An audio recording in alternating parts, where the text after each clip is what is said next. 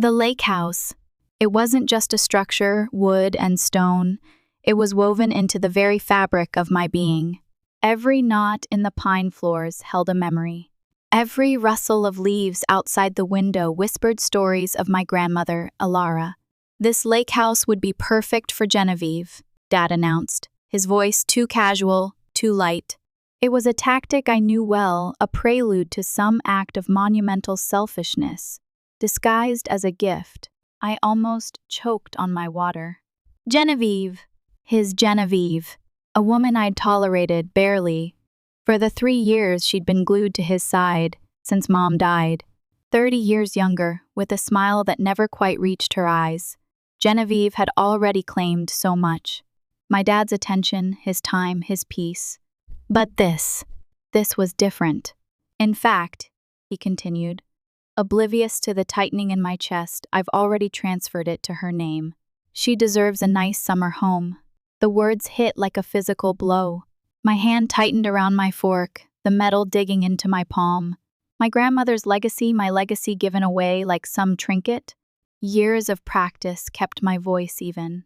Years of biting back anger at Dad's impulsive decisions, his desperate need to fill the gaping hole Mom had left behind. Interesting, Dad. You might want to double-check those records. Genevieve's head snapped up, her eyes narrowing. What do you mean? Check the records? She always sounded suspicious, like she anticipated everyone around her was trying to scam her. Considering her history, it probably made sense. I forced a smile, that brittle, practiced smile that hit a roaring storm within. The lake house means everything to me, Genevieve. And Dad's playing fast and loose with my memories.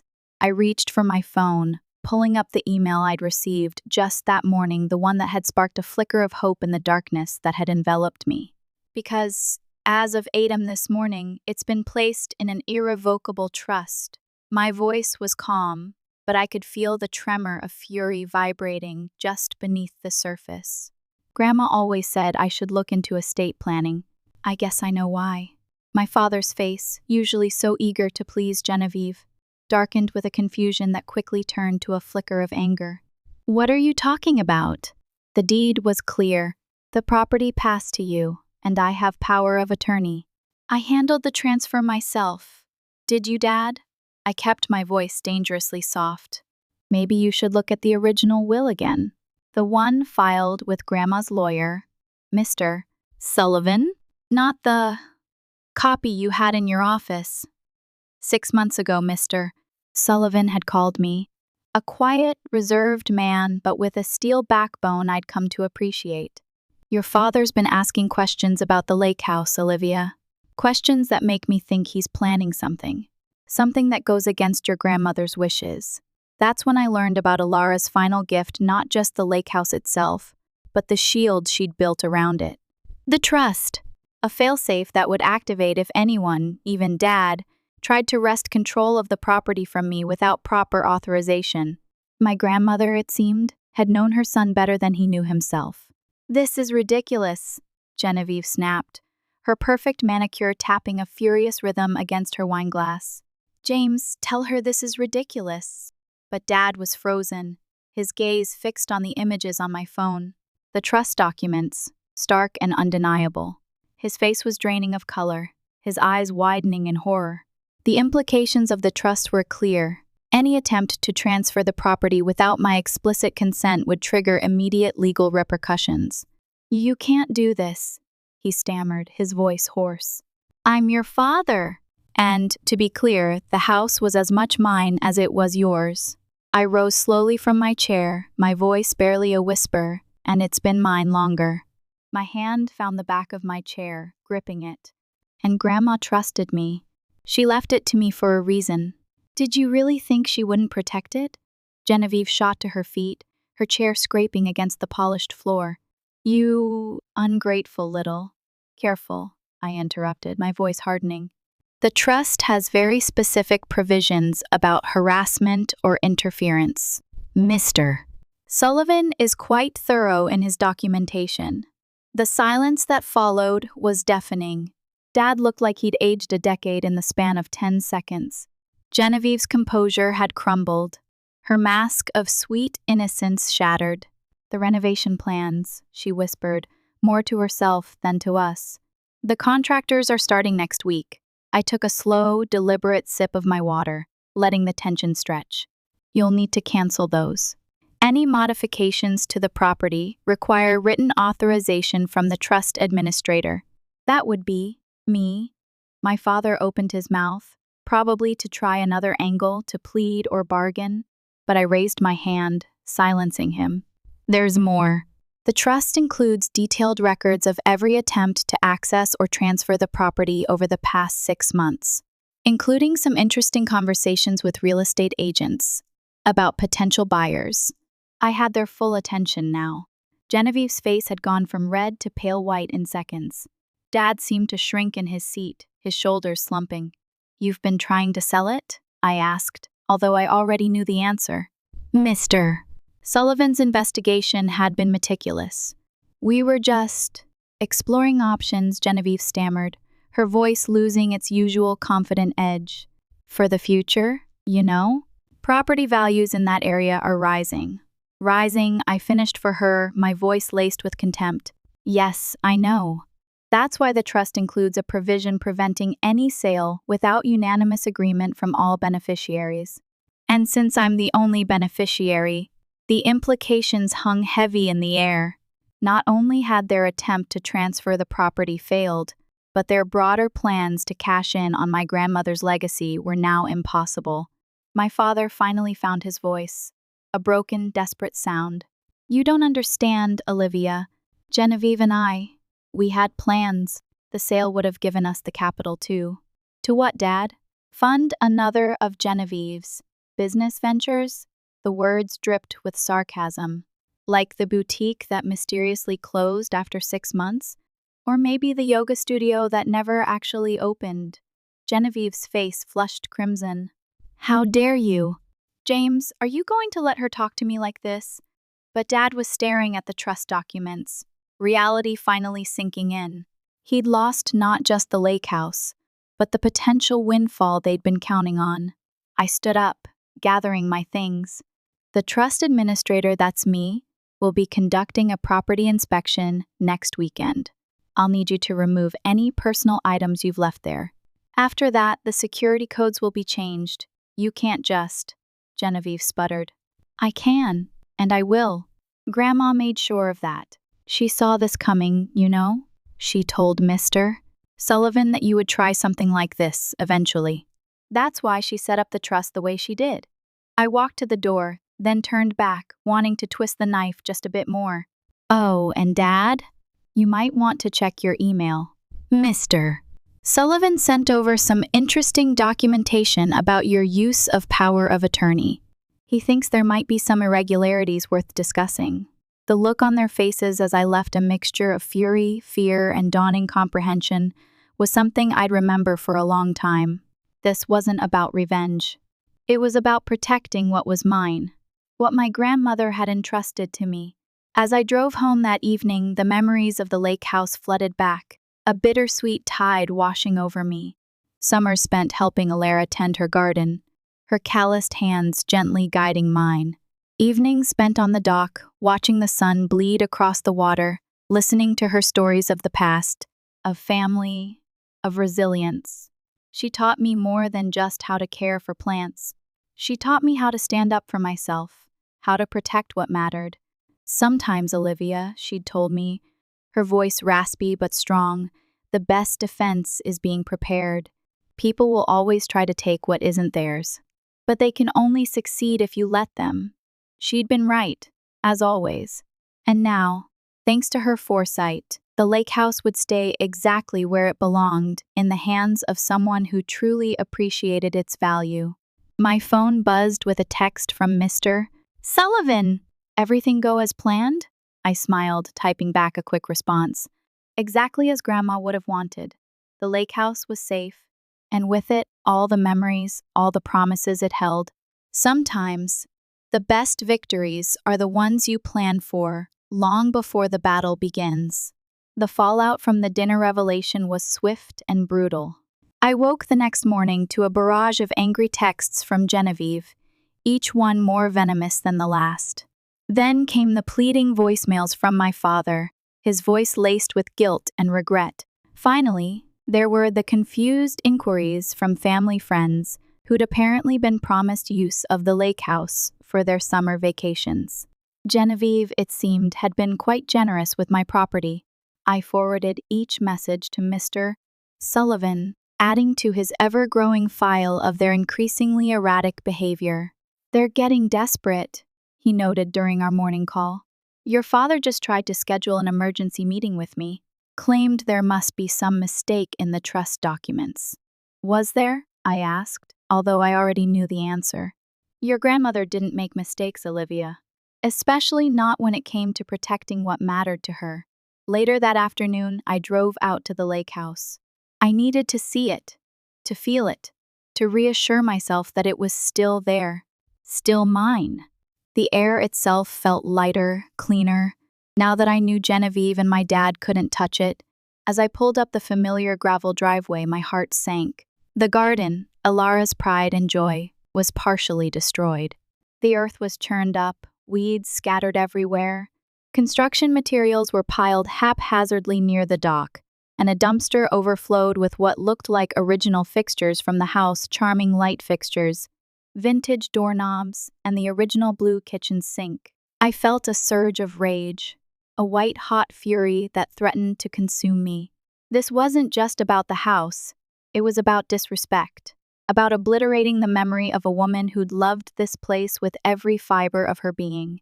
I started taking pictures, documenting the damage. Evidence for Mr. Sullivan. Ammunition for the legal battle that was sure to come. A car roared up the driveway, kicking up dust and gravel. Genevieve stepped out, looking less polished than usual. Her hair was disheveled, her makeup smeared, and her eyes blazed with a barely contained fury. "You have no right to be here," she snapped, striding toward me in her impractical heels. "James and I have already paid deposits to the contractors. We have plans." I lowered my phone, making sure the photos were safely backed up to the cloud. "Actually, Genevieve, you're the one who has no right to be here. As of this morning, the security company has been instructed to treat any unauthorized entry as trespassing." "Trespassing?" She laughed, but the sound was brittle, edged with hysteria. "I'm James's wife. This is our summer home." "No, it's my property, held in a trust established by my grandmother." "And those contractors you hired? They've all been notified that any work performed without proper authorization will result in legal action." Genevieve's face contorted with rage. "You think you're so clever, don't you? But you have no idea what you're doing. James and I had buyers lined up. Wealthy buyers. This could have set us all up for life." "Set you up, you mean?" I corrected her, my voice sharp. "Just like you thought marrying my father would set you up. How's that working out for you?" She took a step toward me, her finger stabbing the air. "Everything was fine until you interfered. We had plans for this place, plans that would have benefited everyone. Everyone except me," I said calmly. "And everyone except my grandmother, who wanted this place preserved, not torn down and commercialized." "Your grandmother is dead," Genevieve spat. "And you're living in the past, clinging to this old house like it's some kind of shrine." The words hit hard, but I refused to flinch. "You're right about one thing. I am preserving this place, but not just because of the past, because of what it represents, what it can still be." Just then, another car pulled up. My father's. He got out slowly, looking even older and more defeated than I'd seen him at dinner. "Genevieve," he called out, his voice weary. "I told you not to come here." Mr. Sullivan just finished explaining everything to me. She ignored my dad, her eyes like laser beams on me. "The trust is ironclad." Genevieve whirled on him. "You said you could handle this. You said the power of attorney meant something." He put a hand on her shoulder, trying to calm her, but she shrugged him off. "I was wrong." He cut her off, and for the first time, I heard real regret in his voice. "About a lot of things. I watched their exchange with a strange sense of detachment. This was the moment. The moment my father had to choose between his new wife's schemes and his daughter's inheritance, between quick profit and lasting legacy. The contractors, Genevieve pressed. The deposits? Will have to be forfeited, my father finished. We had no right to authorize those changes.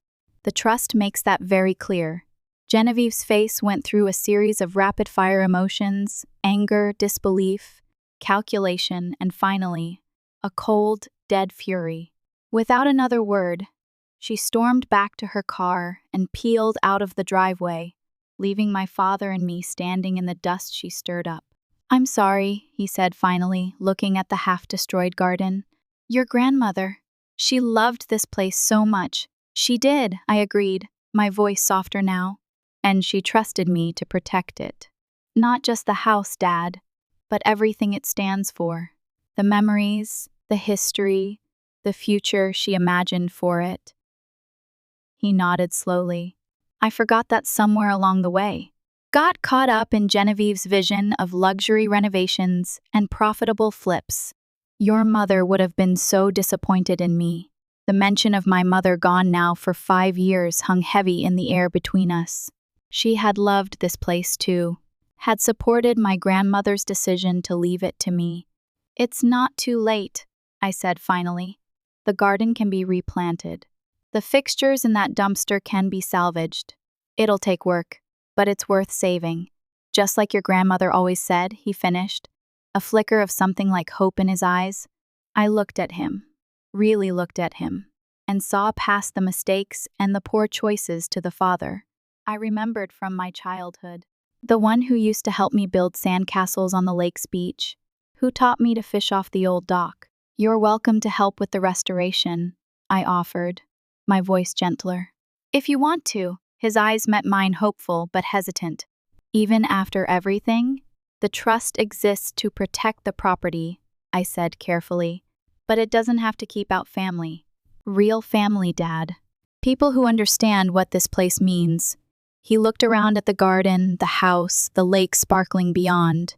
"Genevieve like that?" "Genevieve has a choice to make, then," I replied, thinking, and you did. In that moment, standing amid the wreckage of my grandmother's garden, I realized that sometimes saving a place means more than just protecting its legal ownership. Sometimes it means giving people a chance to remember what really matters, to choose legacy over profit, family over fantasy. My father picked up a discarded garden tool. "Where should we start?" I smiled, thinking of all the summers spent working alongside my grandmother in this very garden. She always said, "The best place to start is wherever you're standing." Together, we began the work of restoration. Not just of the garden, but perhaps of something more fundamental. It wouldn't be easy. Genevieve's influence still hung over my father like a shadow, and trust, once broken, takes time to rebuild. But as we worked, I could almost hear my grandmother's voice on the breeze. "Sometimes, Olivia, the greatest victories aren't in winning the fight, but in what you choose to build afterward." Over the next few weeks, the true scope of Genevieve and my father's plans for the lake house became painfully clear. While sorting through paperwork in my father's home office, I discovered detailed architectural plans that would have completely transformed the property. The charming, historic lake house would have been modernized into a luxury retreat designed to host dozens of guests. The contractor's invoices painted an even more disturbing picture. They'd been instructed to begin work immediately, bypassing permits and rushing to make changes before anyone could object. The more I investigated, the more evidence I uncovered of Genevieve's influence. Each modification designed to maximize profit with no regard for the property's history. One evening, while reviewing documents with Mr. Sullivan, my father knocked on my door, looking ashamed. "There's something else you need to see," he said, placing a manila envelope on my desk. Genevieve. She had plans beyond just renovating the house. Inside were marketing materials for Lake Genevieve Resort and Spa, complete with renderings that transformed Alara's beloved home into a modern monstrosity. The garden would have been paved into a parking lot, the dock replaced by a marina. She had investors lined up, my father said, his voice thick with shame. That's why she was so confident about the transfer. They were ready to begin construction as soon as the property changed hands. I felt sick looking at the brochures. And you agreed to this? He sat heavily in the chair across from me. She made it sound so reasonable. Said we were foolish to let such valuable property sit unused most of the year. Called it unlocking its potential. Unused? I struggled to keep the edge from my voice. Dad, I use this house. I maintain it. I share it with family and friends. Just because we're not charging $500 a night doesn't mean it's going to waste. Before he could respond, my phone buzzed with a text from Genevieve. Your precious lake house won't stay yours forever. Everyone has a price. I showed the message to my father, who paled. She's been like this since you revealed the trust, he said. Angry, calculating. This isn't the woman I married, he insisted. Or maybe it is, I suggested gently.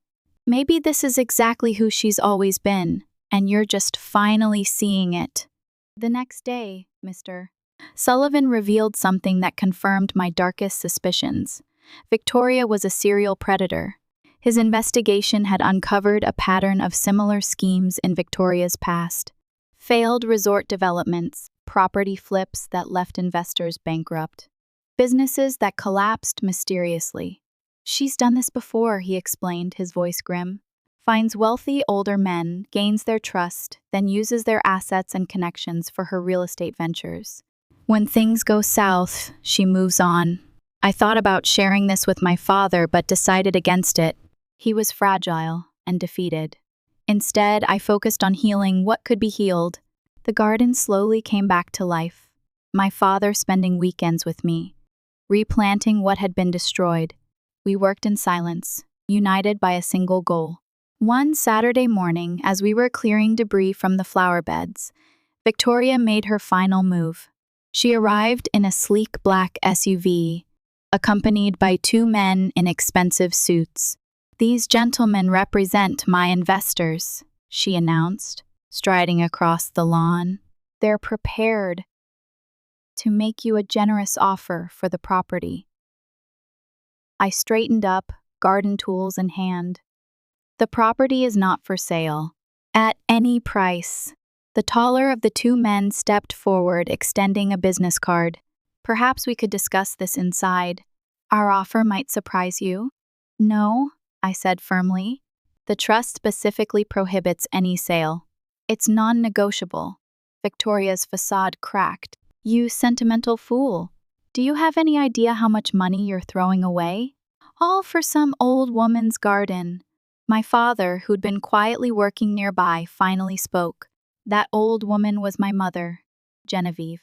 And this garden, this house, they're her legacy, not your next real estate flip.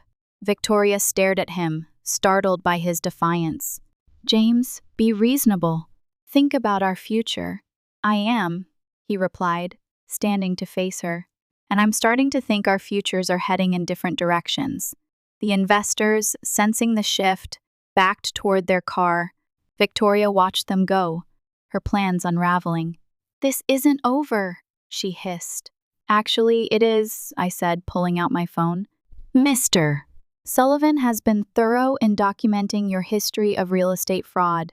He's prepared to share his findings with the appropriate authorities if you continue to harass us. She left, spewing gravel as she sped away. After her departure, I looked at my father. The garden was in better shape than ever. It was vibrant and full of life and a symbol of change. I've been such a fool, he sighed, a sad smile on his face. Not a fool, I corrected him. Just someone who wanted to believe in love again. There's nothing wrong with that. He looked around at the garden. Your grandmother would be proud of you, you know. Not just for protecting the property, but for how you did it. With strength, but also with grace. I picked up my gardening tools, returning to the task at hand. She'd be proud of you too, Dad, for finding your way back. As we worked in the late summer sunshine, I realized what had been missing, what was truly important. Even with Victoria gone, even with the lake house restored, there was a void in my life. I reached a hand out to my dad, who looked back with a nervous expression. "So, Dad," I said, "you free next weekend? Maybe we could go fishing." "It's been years. I wouldn't miss it," he said, relief washing over his face. "Thanks, Olivia, for everything." The weeks after Victoria's dramatic exit brought a newfound rhythm to the lake house. What began as my solitary quest to protect my grandmother's legacy had become a shared journey. The mornings arrived with coffee and work plans, tackling the restoration piece by piece. The garden came first, with my father sharing details about my grandmother's planting preferences. It showed that he paid closer attention than I had given him credit for. Victoria maintained her distance but not her silence. Her lawyer sent settlement offers, each one attempting to circumvent the trust's restrictions. "Mr." Sullivan dismissed them, adding that Genevieve was running out of options. A week later, Victoria made a direct appeal to my father. The details of the appeal were seen through the kitchen window, and it appeared to involve pleading and threatening.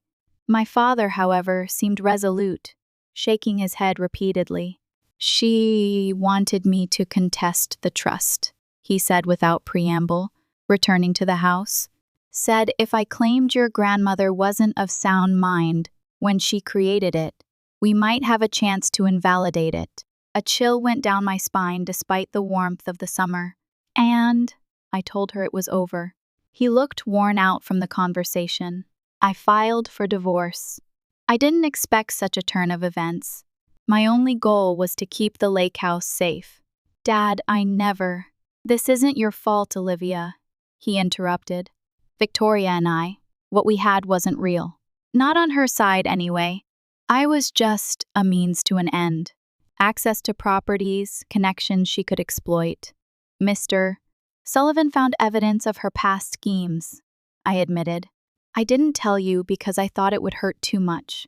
I started doing my own research after that day with the investors. Found some of her previous husbands. Had some illuminating conversations." He tried to smile. "Turns out I'm not the first man to fall for her act, just the latest. She used me for my connections." We sat for a moment. "What now?" I asked. "Now," he said, looking around at the half-restored kitchen, "we keep rebuilding. The house, and everything else." That evening, as the sun set over the lake, we sat on the repaired dock with glasses of lemonade. New shoots were pushing through the soil in the garden, while new pieces were being installed on the house to reflect its history. "Your grandmother once told me something I didn't understand at the time," my father said, watching the light on the water. "She said houses have souls, just like people, that they remember who loved them and who didn't." "She used to tell me that too," I said. "Said that's why this place always felt so special, because generations of our family had filled it with love." I forgot that for a while. "Stopped seeing the soul of this place, but you see it now," I said. "I see it," he agreed, "and I'm grateful you fought to protect it." Even when that meant fighting me. A car interrupted us, and it was Mr. Sullivan. "Good news," he called. "Victoria has withdrawn all claims against the property." As Mr. Sullivan spoke, my father looked relieved. He looked like the father from my childhood. He looked engaged, and he looked peaceful.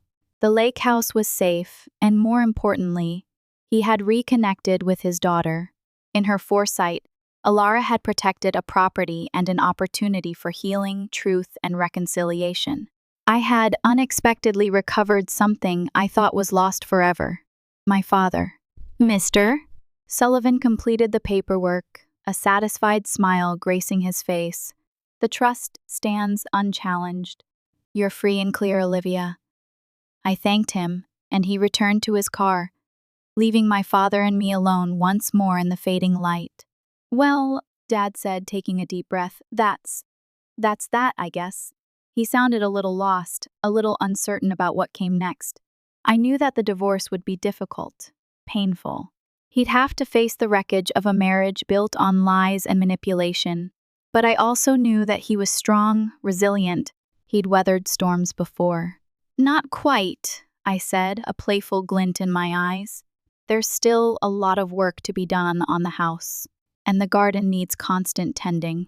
And I was thinking, maybe we could get that old sailboat of Grandpa's seaworthy again. His face lit up, a genuine smile spreading across his features. You think so? That old thing hasn't seen the water in, well, decades. Exactly. It'll be a project. Something to keep us busy. He nodded, his eyes sparkling with newfound enthusiasm. I always loved sailing. Remember when I used to take you out on the lake, when you were just a little girl? I laughed, remembering those sun-drenched days, the wind in my hair, the feel of the tiller in my small hands. I remember capsizing more than once. But you always bounced back, just like this old house, just like us. We spent the rest of the evening reminiscing, sharing stories of the past, dreaming of the future. We talked about Mom, about her love for the lake house, about the memories we had made there together. We talked about Alara, about her strength, her wisdom, her unwavering love for her family. As darkness fell, we moved inside, lighting a fire in the hearth, the flames casting dancing shadows on the walls. The air was filled with a sense of peace, of contentment. You know, Dad said softly, gazing into the fire, I was so worried about losing this place, about disappointing your grandmother. But I realize now that what's truly important isn't the house itself, but what it represents. Family, love, connection. And those things can't be taken away. Not by anyone. I reached out and took his hand, squeezing it gently. You're right, Dad. And we still have this place. And we still have each other. That's all that matters. In the days that followed, we threw ourselves into the restoration project with renewed vigor. We ripped out the last vestiges of Genevieve's misguided attempts at modernization, replacing them with touches that honored the house's history and character. We restored the original hardwood floors, painstakingly sanding and refinishing them until they gleamed with a warm, inviting glow. We painted the walls in soft, muted colors that reflected the natural beauty of the lake. We filled the rooms with antique furniture, cozy rugs, and family photographs, creating a space that felt both comfortable and timeless. In the garden, we replanted Alara's favorite flowers, carefully arranging them in the same patterns she had always used. We repaired the crumbling stone pathways, restoring them to their former glory. We even built a small vegetable garden where we grew tomatoes, cucumbers, and herbs, just as Alara had done for decades. And, true to our word, we began the arduous task of restoring Grandpa's old sailboat. It was a labor of love, requiring hours of sanding, painting, and repairing. But as we worked side by side, our hands calloused and our faces streaked with grease, we felt a connection to the past, to the generations of our family who had sailed on those very waters. Slowly, painstakingly, the lake house came back to life.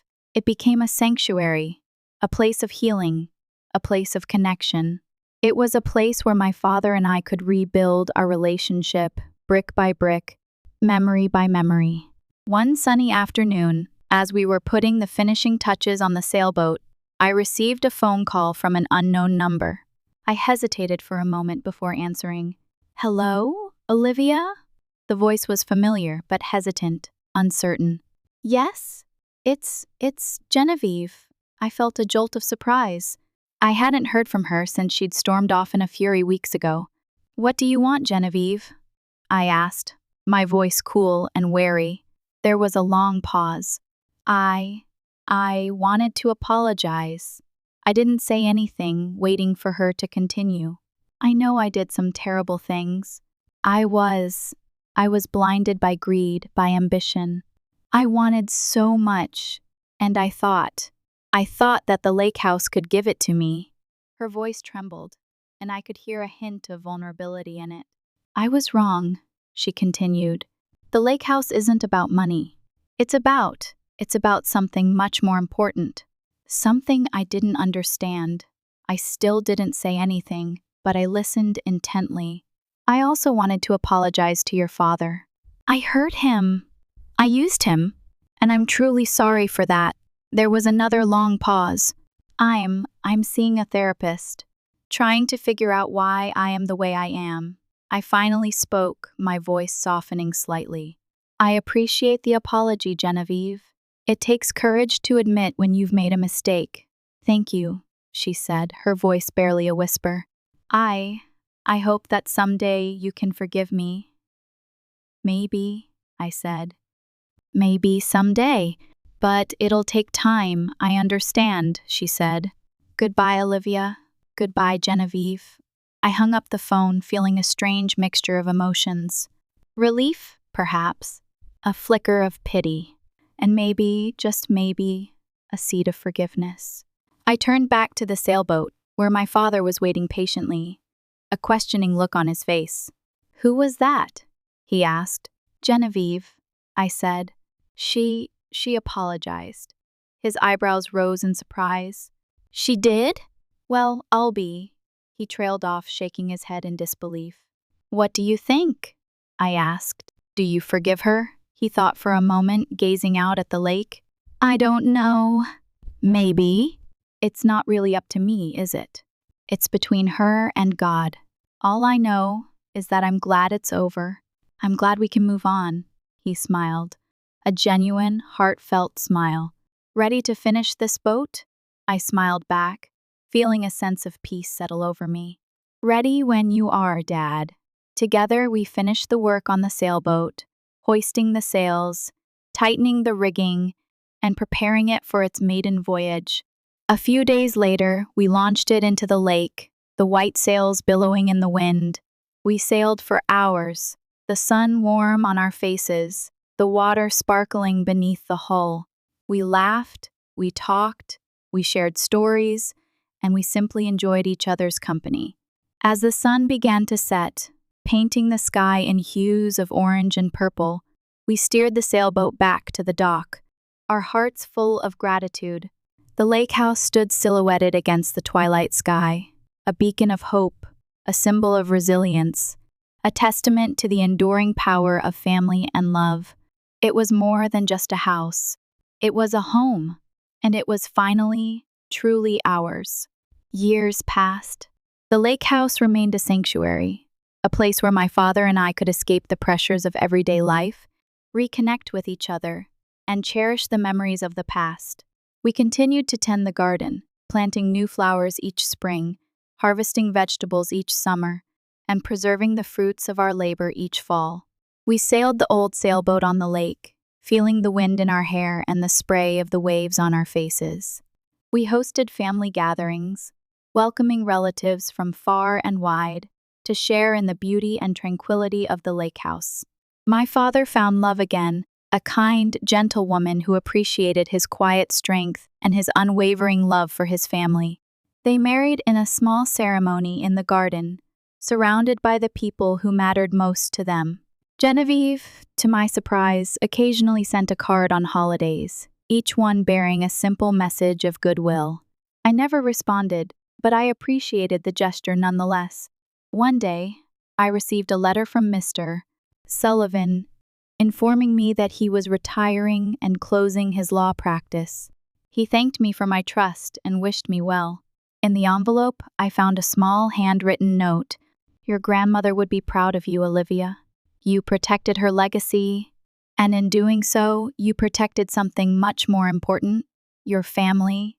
I smiled, tears welling in my eyes. He was right. I had protected Alara's legacy. And in doing so, I had saved my father, healed our relationship, and rediscovered the true meaning of home. The lake house wasn't just a house. It was a heart, and it would beat strong for generations to come.